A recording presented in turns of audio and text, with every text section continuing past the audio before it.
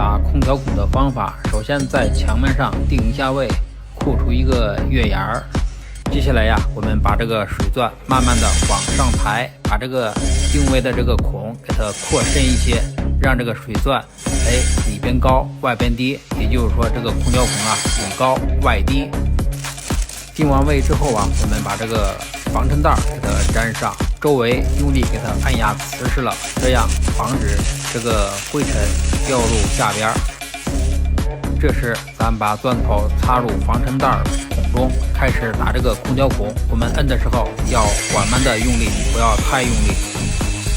在钻孔的过程当中，如果你觉得这个砖折了，断在钻里了，这时我们把它拿出来，用锤子把砖敲出来，接着再继续钻孔。